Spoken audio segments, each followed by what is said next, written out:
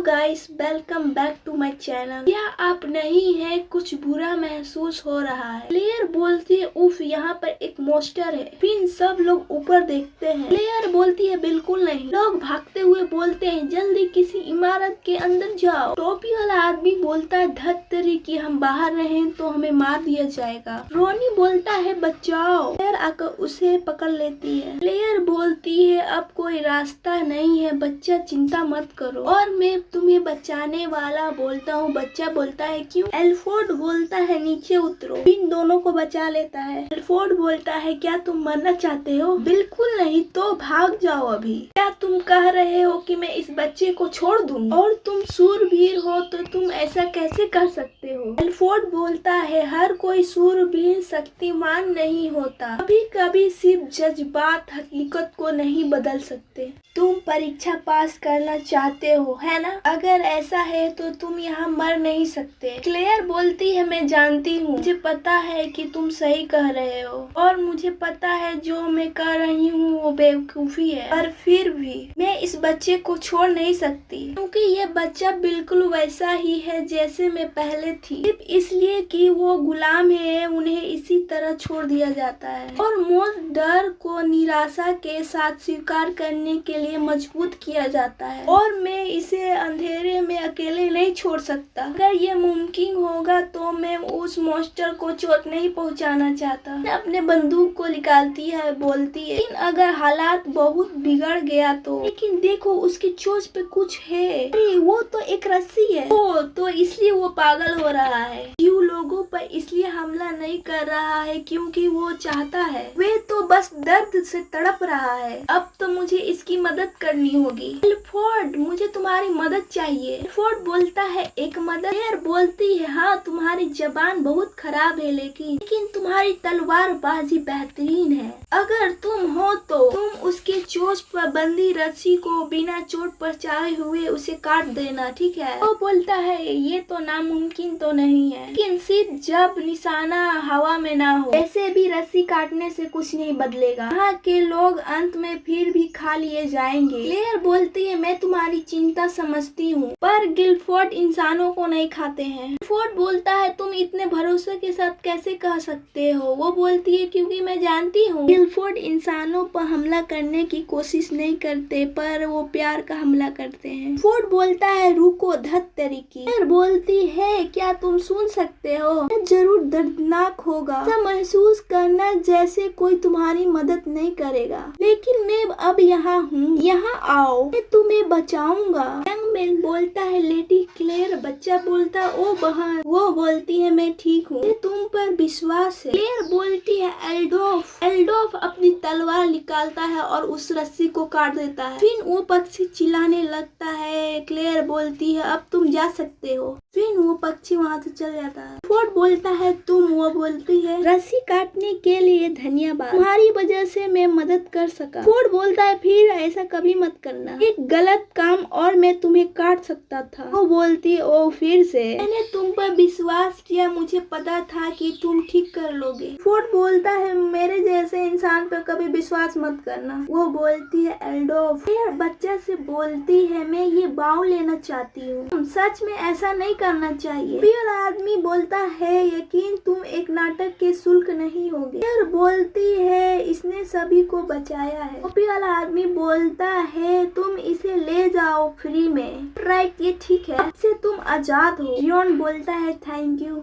थोड़ा शांति महसूस हो रहा है। रियोन बोलता है हाँ तुम अपने माता पिता के साथ पकड़ लिए गए थे है ना? फोर्ड बोलता है तुम्हें ये कैसे पता? क्लेयर बोलती है यह इसके कॉलर पर लिखा हुआ है। जब गुलामों को परिवार सहित बेचा जाता है उन्हें अलग अलग चिन्ह दिया जाता है। माता पिता को एम और बच्चे को सी दिया जाता है। कुछ ऐसा ही होता है। रीनो सुनो, असल में क्वीन रोज की घटना की जांच कर रहा हूँ। क्या तुम्हें समुद्र लुटेरे का नाम याद है? ने तुम्हारे जहाज पर हमला किया था। मुझे पता है कि यह याद करना दर्दनाक है लेकिन। योट बोलता है नहीं क्लेयर तुमने मेरी जान बचाई है, मैं तुम्हें सब कुछ बता दूंगा जो मुझे पता है। फिर सीन कट होता है। राजकुमारी, मेरे पास एक रिपोर्ट आई है। अरे नहीं। जेलिया बोलती है, तो क्लेयर तुम मानती हो कि इस हत्याकांड के पीछे सिंह हैंड समुद्री लुटेरे थे? क्लेयर बोलती है, हाँ, मैं अपना स्रोत नहीं बता सकता, लेकिन वो एक ऐसा इंसान है जिस पर मैं भरोसा करती हूँ। और रीतो की गवाही के लिए धन्यवाद। हमने उन समुद्री लुटेरे की पहचान कर ली है जिन्होंने क्वीन रोज पर हमला किया था, लेकिन वो राहत बस एक पल के लिए ही टिकी, क्योंकि अभी समुद्र डाकू दलों में से सिंह हैंड समुद्र डाकू के कुछ दिनों पहले ही नेविंग के लोडाउन को पकड़ लिया गया। संभव है कि उन्होंने उससे पूछताछ कर ली और हत्याकांड में उसका पता लगा लिया। इसका मतलब है कि अगर लॉर्ड वेल ने मुझसे पहले राजकुमारी को रिपोर्ट दिया तो यह मिशन मेरे लिए फेल हो जाएगा और मैं परीक्षा में फेल हो जाऊंगा। जल्दी ही महल की ओर भागी, लेकिन बहुत देर हो चुकी थी। जेलिया बोलती है, आपकी रिपोर्ट के लिए धन्यवाद। तो मुझे लगता है कि इसका मतलब है कि हम परीक्षा पास करने के बहुत करीब हैं। क्या कुछ गड़बड़ है? फिर अपने मन में बोलती है, लगता है लॉर्ड वेल ने रिपोर्ट नहीं दी है। जेलिया बोलती है, ओ ये तुम कहना चाहती हो?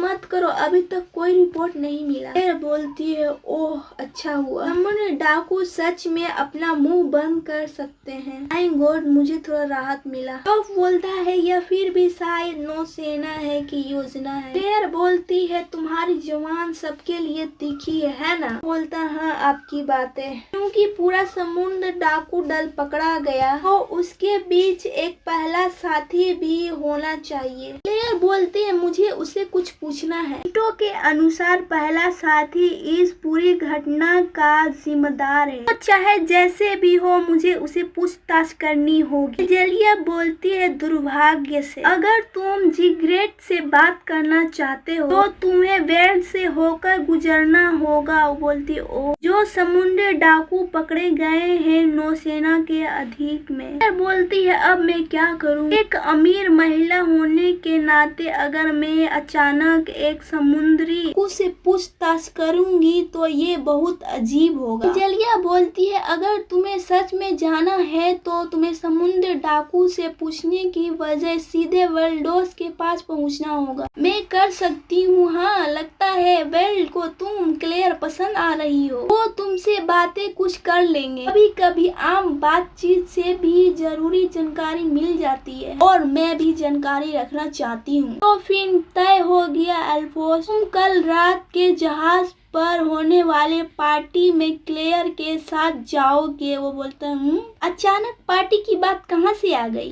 जेलिया बोलती है, वेल्ड और उसकी टीम सुरक्षा का ध्यान रखने वाली है, तो ये एक बेहतरीन मौका है ना? बोलता हूँ। एल्फोर्ड बोलता है, इस बार परेशानी मत कर देना। बोलती है, तुम तो खुद बात कर रहे हो, फिर से नोबल लेडी की जलन नत बढ़ाना। जेलिया बोलती है, हे भगवान, आप दोनों बहुत अच्छे लगते हैं। बोलते हैं, कहाँ तुमने ऐसा देखा? बिल्कुल। अगले दिन मेड बोलती है, तुम्हें आज पार्टी की तैयारी करनी है, इसलिए शाम को लौट आना। क्लेयर बोलती है, जरूर, ठीक है। वैसे एल्फोर्ड कहाँ है? और एल्फोर्ड मार्केस परिवार के कुछ काम की वजह से थोड़ी देर आएंगे, पर वो लेकिन जरूर जल्दी ही पहुँच जाएंगे। क्लेयर बोलती है अपने मन में, यह मेरा मौका है। वो हवा में उड़ती है और बोलती है, सिर्फ उसके आसपास न होने से ही मुझे इतनी आजादी महसूस होती है, जैसे कि अचानक मुझे पंख लग गया हो। एल्फोर्ड शायद निगरानी रखने के लिए खुद भी थोड़ा राहत चाहता है। सच कहूँ कि मैंने उसकी मदद की है और कुछ ऐसा है जो मैं एल्फोर्ड को बताना चाहती हूँ। ट्रिंक लाइब्रेरी, लगता है जो मुझे कुछ चाहिए था यहाँ पर मौजूद है। मॉन्स्टर के बारे में ये किताब, लगता है कि ये किताब बहुत काम का है। जो गिल्फोर्ड मैंने बाजार में देखा था, क्या बड़े गिल्फोर्ड ऐसे भी होते हैं?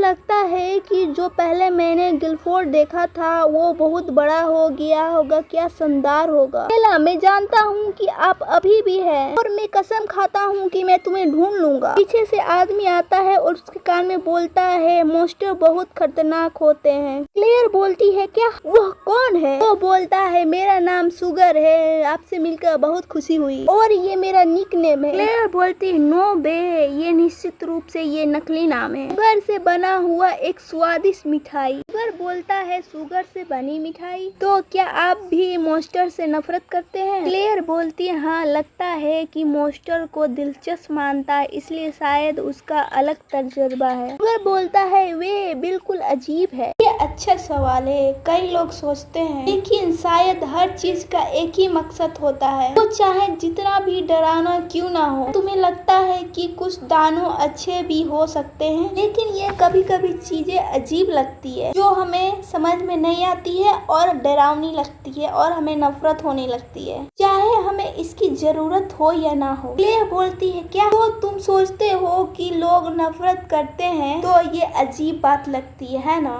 ये सोचना घमंडी वाली बात है। शुगर बोलता है ओ तुम मुझे इस तरह क्यों देख रहे हो? मॉन्स्टर के लिए गुस्सा हो जाना ये बहुत अजीब लगता है ना? क्या आप इसका अलग अनुभव जानते हैं? अगर कोई चीजें बेकार है तो क्या ये स्वाभाविक नहीं है और सोचा जाए कि वो अपने ऊपर ना लाया जाए, है ना?